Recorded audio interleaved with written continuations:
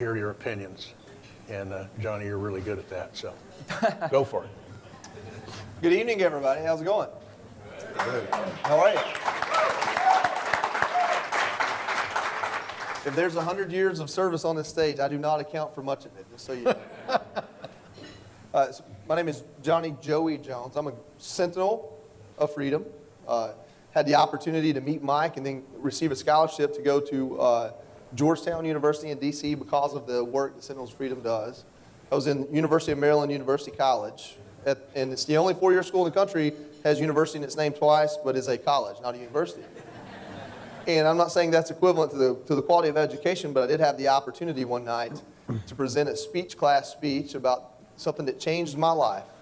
And so nervous as I could be at University of Maryland University College, I brought in prosthetics because I've got fake legs, if y'all didn't.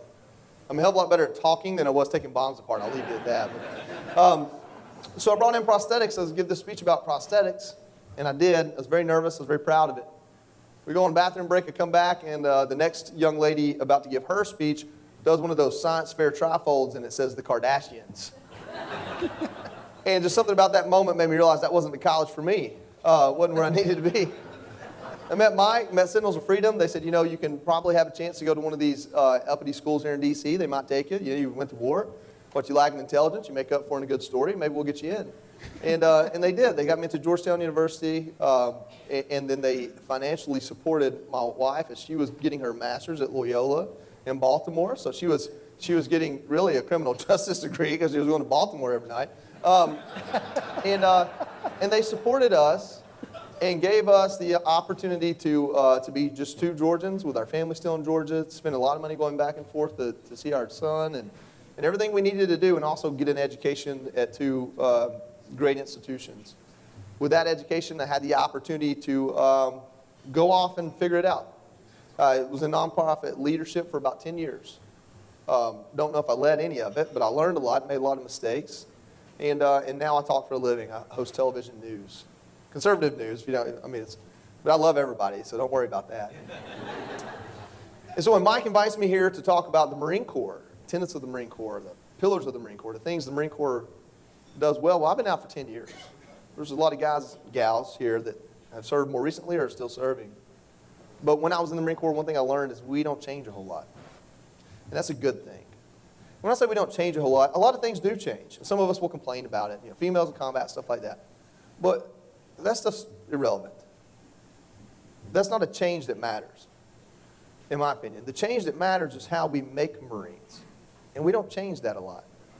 Because how you make Marines is super simple. You bring somebody in, and regardless if they're coming from Napa, California, and they inherited a vineyard, or they're coming from Dalton, Georgia, and they inherited hard work, you bring them in and you put them in a platoon and you humble them. You put them in the exact same color clothes, not much of it, just a t-shirt and bare shorts. If they can't see well, you put the ugliest pair of glasses you can find on their face. You shave their head, and their individuality goes out the door. Because for the next 3 months of becoming a Marine, their only job is to be a part of something bigger than themselves. It's to learn that the needs of the people around them are just as important, if not more, than the needs of their own.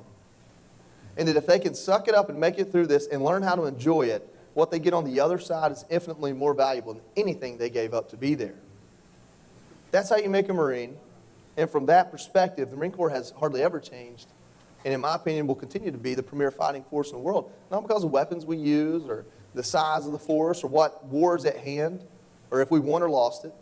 Because I guarantee you this, we might have lost this 20-year war if you hear people complain about it, but I've never seen a Marine lose a battle. And it's because of how we make them and what they stand for. And so for the Marines in the room, I don't mean to get off on a tangent, Mike, but you told me I could. For the Marines in the room, you're always going to hear back in my day.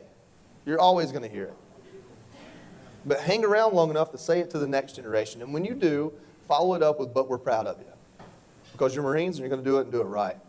And so I work in television news. I complain about everything that happens every day. Right now is good business for me to complain because my party's not in control, so that's all I get to do.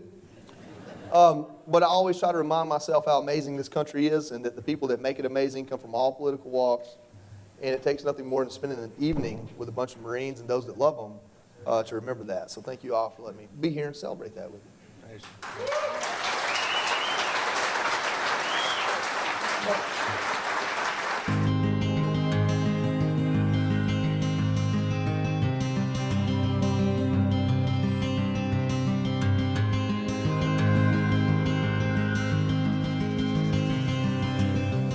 It's my honor to welcome you to the Sentinels of Freedom 12th annual event.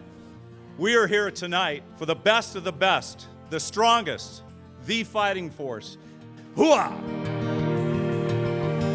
There's a gentleman that I am honored to introduce here who is really a friend to every person in this room, I suspect. He changes lives, and he's been doing it for the past 2.5 decades. And what Sentinels of Freedom does is really empowers people who have given so much that just need our support and help, and it is an incredibly successful program. It is my honor and privilege to introduce none other than Mike Conklin. You've all heard the slogan, when things get rough, call in the Marines. Marines have been at the forefront of every American war since the founding of the Corps in 1775. They've carried out over 300 landings on foreign shores, and their record of readiness reflects the pride and responsibility of the Marine Corps in meeting any challenge they may face at our nation's call. What would our nation look like without the Marine Corps? There are 5 forces that give the Marine Corps its strength. Our legacy force, our Marine veterans who come home to do so many great things in their communities after their military service. In reality, these Marines never stop serving their country and their communities. The second force is our current Marine force and our active and reserve Marines who at a moment's notice can move to any battle space or humanitarian disaster around the globe to overcome any obstacle in whatever situation they are called into. Marines are the first to fight and determined to succeed at our nation's call. The third force is our future Marine force, our high school graduates who will be leaving this summer after making the highest commitment a high school graduate can make, that of joining the Marines and serving our nation. Our fourth force is our Marine family force, Marine spouses, Marine children, Marine parents and relatives who provide the much needed close family support in keeping our Marines healthy and motivated. The fifth and last force is external to the first 4 forces.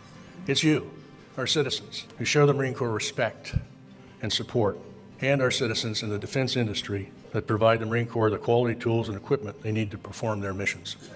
Your support provides a vital component of the Marine Corps total force. Your being here tonight